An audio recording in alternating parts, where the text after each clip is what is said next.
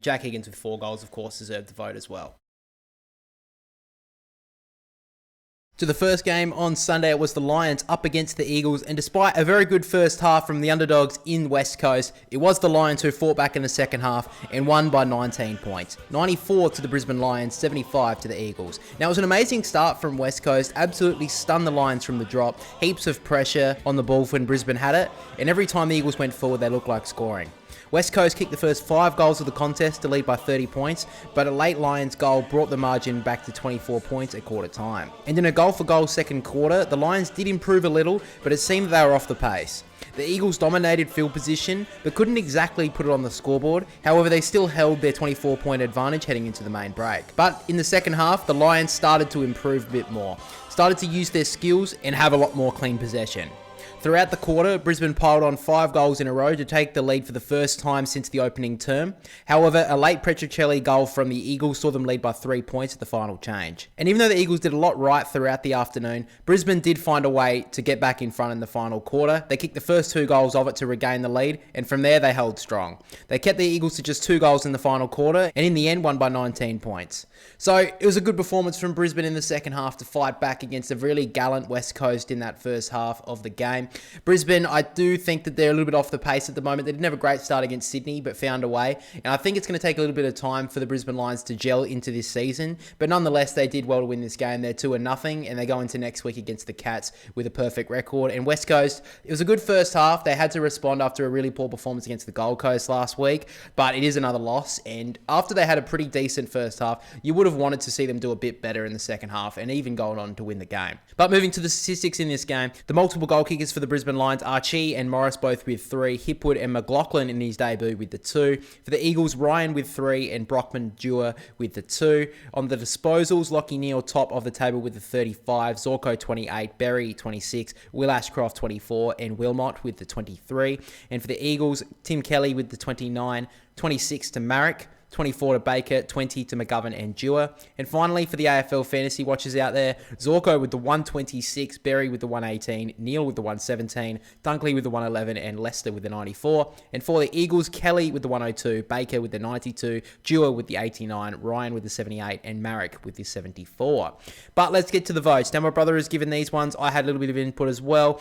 3 votes went to Lachie Neale, 2 votes went to Liam Ryan, and the 1 vote went to Josh Dunkley. Next up, we have the mid-game on Sunday, North Melbourne up against Melbourne, and despite the Demons keeping close to three-quarter time, it was North Melbourne who trounced them in the last quarter, ran out massive winners by 59 points, 125 to North, 66 to Melbourne. Now, there was one injury concern from this game, which was Matthew Jefferson. He injured his hand in the first quarter and unfortunately didn't return to the game after quarter time. Really unfortunate for Jefferson as he kicked 2 goals last week and seemed to have been an interesting prospect for the Demons going forward. So hopefully he can return pretty soon. But let's get to the game itself. Now, both teams struck early by hitting the scoreboard, but it was North Melbourne's pressure that was evident. They took the lead midway through the quarter. However, Melbourne did kick the final 2 goals of the term, and the Demons did lead by a goal at quarter time. Now, the Roos started really well in the second term, but unfortunately they kicked 4 straight behinds before Parker was the one to convert their first goal of the term to take the lead. And North Melbourne were dominant at clearance, but the Demons would still regain the lead midway through the term. However, the Kangas responded late and at halftime led by 12 points. It was a tough third quarter, with both teams struggling to kick 2 goals in a row. It was a goal-for-goal contest throughout the entire quarter, with North Melbourne kicking the final goal of the term. They led by 18 points at the three-quarter time break, and in the final quarter, the Kangas blitzed the Demons. They piled on 6 goals in a row in the space of under 10 minutes to break the game wide open. And they finally started to take full advantage of their centre clearance dominance, and in the end, North Melbourne came home with a 59-point win. This is what North Melbourne fans would have been wanting to see for the last 5 years or so. They brought in these older recruits, all of them are performing well, Daniel Parker and Darling, and now they can finally see some hope at the end of the tunnel. I don't know what's in the future for North Melbourne, but what a performance they showed today. And in that last quarter, they made Melbourne look second rate. And on the Demons, I thought maybe they turned a corner last week with their really good performance against the Giants. However, they have a lot of question marks, especially with their forward line. They look all at sea up there with no key forward to kick to other than maybe Van Rooyen, but even then, he looks like he needs a lot more help than what he's getting at the moment. But let's get to the statistics in this game. And for North Melbourne, multiple goal kickers, Cam Zurhaar kicked 4 goals, Curtis with the 3 along with Nick Nick Larky and 2 goals to Jack Darling. On Melbourne, Cade Chandler with the 3 goals. One was the only multiple goal kicker for the Demons. On the disposal count, Caleb Daniel top with the 31 along with Tom Powell. Sheezel with the 28, Simpkin with the 24, and Davies Uniacke with the 23. And on Melbourne, 36 to Clayton Oliver, 27 to Viney, 25 to Chandler and Sparrow, and 24 to Salem. And finally, on the AFL fantasy front, Caleb Daniel with the 114, Curtis with the 110, Sheezel with the 102, Powell with the 98, and Cherry with the 90.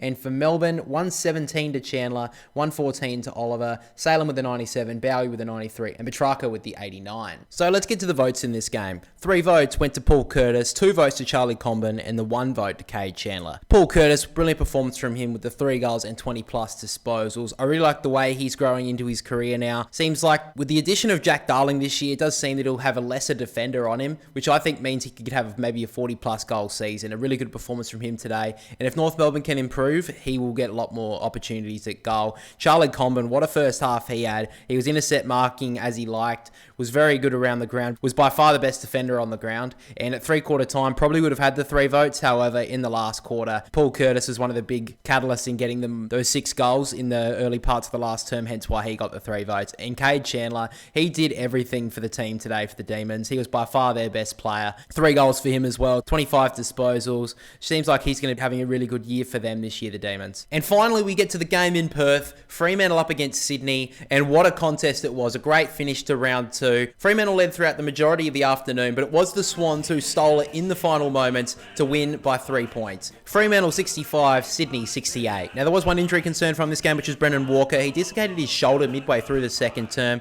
and unfortunately went straight off the field. Didn't even go through the interchange gates, straight off the ground into the rooms, and unfortunately was subbed out. Really unfortunate for Fremantle because he is one of their best defenders, especially their best small defender, so hopefully he's back pretty soon for the Dockers. But getting to the game itself, both teams struggled to convert opportunities early. It was Josh Tracy who eventually kicked the opening goal of the contest, and then Freo got to work. The Dockers started to take advantage while dominating through territory.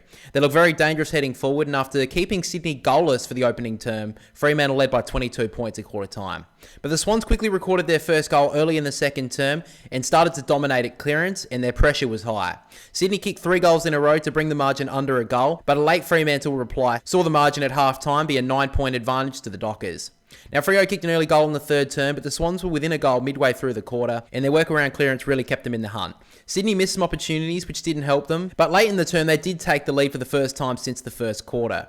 However, Fremantle did respond soon after, and at 3/4 time, they held a 2-point lead. And into the final term, it was an intense start to it. Both teams had opportunities, but neither could convert, until we saw Jai Amos finally get his first goal midway through the final term for Fremantle to take a 2+ goal lead. But the Swans responded with the first goal to Riley Bice, and then the sealer from Joel Amati saw the Swans hold on in the final moments by 3 points. So Sydney, they've had a tough first couple of weeks, tough opponents, but they've had chances to win those games, and today they finally took an opportunity to win. Good response from Sydney. They get the bye next week. Hopefully they can work out a few things, and then going after the bye, hopefully they can start working into their season. And Fremantle, I'm not too concerned about them just yet. Shea Bolton's first game had a pretty tough start to his Fremantle career, but I'm sure he'll grow into it as he starts to learn his teammates a bit more. And Fremantle have had 2 very tough games, down in Geelong in their first contest, and then Sydney, a grand finalist. So I'm not too concerned about Fremantle just yet, but they do need to get a win on the board pretty shortly. But moving to the statistics in this game, the goal scorers, multiple for Fremantle was Tracy with the 4. It was the only multiple goal kicker for them. And for Sydney, McLean and Amati both with 2. On the disposal count, Fremantle's top was Amira with the 32, O'Driscoll with the 25, Clark with the 24, Ryan with the 23, and Jackson with the 20. On Sydney, Chad Warner with the 26, Lloyd with the 25, Roberts with the 25 as well, Jordan with the 24, and Rowbottom with the 22. And then on the AFL fantasy front, for Fremantle, Jackson top scorer with the 104, Tracy with the 91, Ryan with the 90, O'Meara with the 87, and Clark with the 83. And for the Swans, Chad Warner, top scorer for the game with a whopping 129, Lloyd with the 99, Roberts with the 95, Blakey with the 86, and then Brodie Grundy with the 82. But now let's get to the votes in this game. 3 votes went to Chad Warner, 2 votes went to Jaeger O'Meara, and the 1 vote went to Josh Tracy. Chad Warner arguably won this game for Sydney. He was brilliant all afternoon. He did have a few times when he bombed long without looking, but a lot of the time that's what Sydney needed to do. They needed to gain territory, and kicking a goal as well. He's been brilliant, Chad Warner. And in the end, I think he was the real reason why Sydney won this game. Tracy probably had 2 votes going into 3/4 time. However, in the last quarter, it just went a little bit unsighted, and McCartan did do a lot better. And Jaeger O'Meara was by far Fremantle's best midfielder today. Went to Isaac Heaney and locked him down in the first half, made him have to move forward to actually have an impact in the game, Isaac Heaney. And O'Meara obviously was very highly touted as a younger teenager when he played at the Gold Coast, and really hasn't grown to that in his career, but maybe in his latter parts of his career at Fremantle, maybe he can really grow into a top midfielder for the Dockers. But guys, thanks for watching this episode of the review. I hope you did enjoy it. And if you want to listen to the full episode, then make sure to go check us out on Spotify, as you can listen to the full episode there the morning after the round finishes. But that is all from me, guys. Make sure to like and subscribe if you did enjoy it. But for now, we'll catch you all in the next one.